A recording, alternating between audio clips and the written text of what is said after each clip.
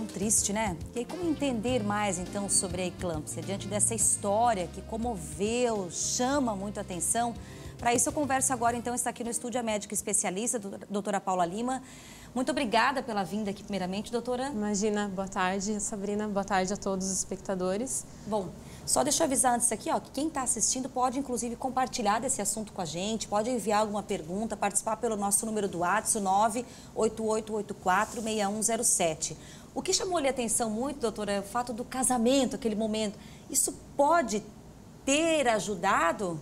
Com certeza, Sabrina. O fato de ser o dia do casamento dela, um momento de tanta emoção, um momento de tanta ansiedade, tão esperado por ela, pode ter mascarado alguns sintomas que ela tenha tido ao longo do dia, que ela pode ter levado mais para um lado de ansiedade relacionado ao dia do casamento e não ter prestado atenção que esses sintomas poderiam estar relacionados a um quadro já de pico hipertensivo com risco de eclâmpsia, que foi o que acabou acontecendo.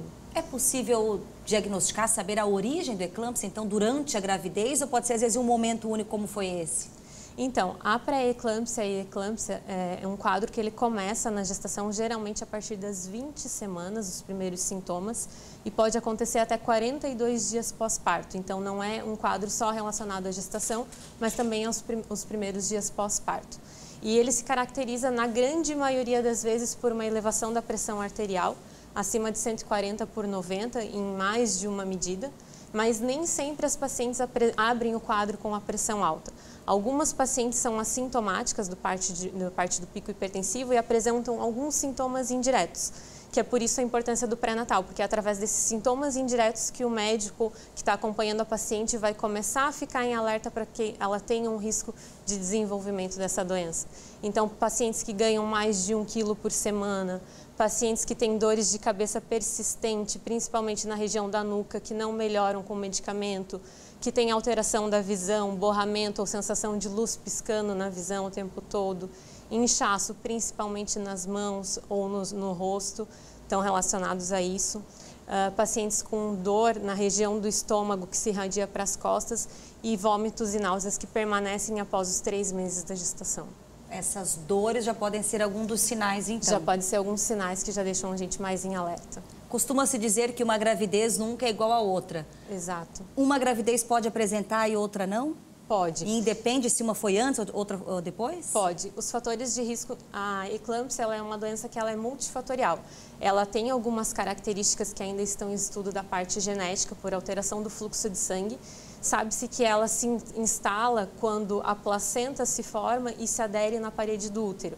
Nós temos algumas artérias na parede do útero que a gente chama de artérias espiraladas, que elas, quando tem a implantação placentária, elas fazem uma reação inflamatória. E essa reação inflamatória, o que é esperado durante a gestação é que os vasos se abram para o fluxo de sangue passar bem da mãe para o bebê. Quando essa reação não acontece de forma adequada, os vasos de sangue eles sofrem uma vasoconstrição, eles fecham e o fluxo não consegue passar de forma adequada para o bebê. Consequentemente, a pressão sobe para a mãe, né? E o bebê acaba recebendo um fluxo de sangue menor, podendo ter restrição de crescimento e às vezes indo a óbito intraútero. Então, isso é um dos sinais, né?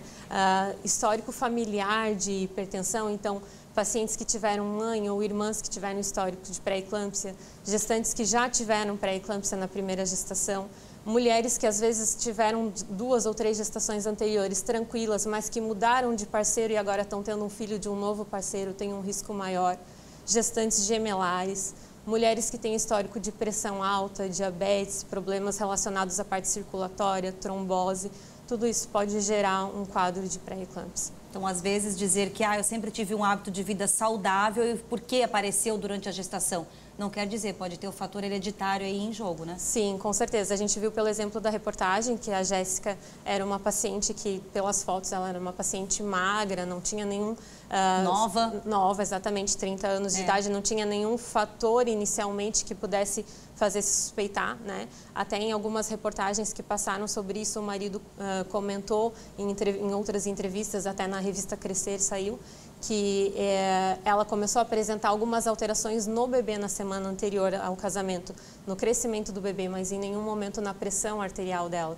Então, é por isso que a gente precisa acompanhar essas gestantes sempre mais de perto e por isso a importância do pré-natal regular, as consultas inicialmente no pré-natal mensais, a partir do 7º mês a cada 15 dias, lá nos últimos meses semanais, para a gente estar sempre de olho na gestante, porque a alteração circulatória para todas as mulheres, porque a placenta, o fluxo de sangue durante toda a gestação muda, e isso precisa ser acompanhado bem de perto, porque pode acontecer às vezes lá no início da gestação, mas pode acontecer nas últimas semanas. Muito obrigada pelos esclarecimentos, viu, doutora? Obrigada demais pela sua presença aqui. Imagina, dá pra gente dizer que compartilhar em uma situação como essa, porque às vezes o problema vem, surge e não se sabe de que maneira fazer, conduzir, e é com uma especialista que a gente consegue ter essa condução adequada. E o grande recado é esse, né? O pré-natal e conversar com o seu médico sempre, né, doutora? Com certeza. E lembrando que a pré-eclâmpsia é uma doença que ela mata a nível mundial 76 mil mulheres por ano. Nós temos uma imagem até para falar um pouquinho dessa arte, rapidinho, Isso. dá tempo aí, ó. Então, ela afeta de 8 a 10% das mulheres a nível mundial, né? É a principal causa de morte das gestantes hoje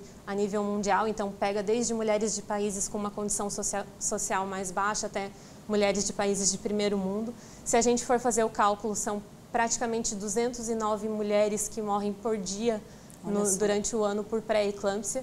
E as maiores causas de morte que a gente tem, então os maiores índices são na América Latina, na África e na Ásia. E ela é responsável por 20% das internações em UTI neonatal por prematuridade dos bebês. Ou seja, mãe e filho, né, que tem que ter esse cuidado durante a gestação. Sim, com certeza. E há 2 anos atrás, a Organização Mundial de Saúde, a OMS, estabeleceu o dia 22 de maio como um dia de prevenção a nível mundial para pré-eclâmpsia. É o dia que a gente chama de nível de alerta. Então, é um dia que a gente faz uma campanha com todas as gestantes no pré-natal, tenta esclarecer, deixar bem claro para elas o risco disso e a necessidade do acompanhamento. E é necessário mesmo. Obrigada mais uma vez, viu, doutora, pelos esclarecimentos. Imagina, Uma ótima tarde. Eu que agradeço. Obrigada. Obrigada.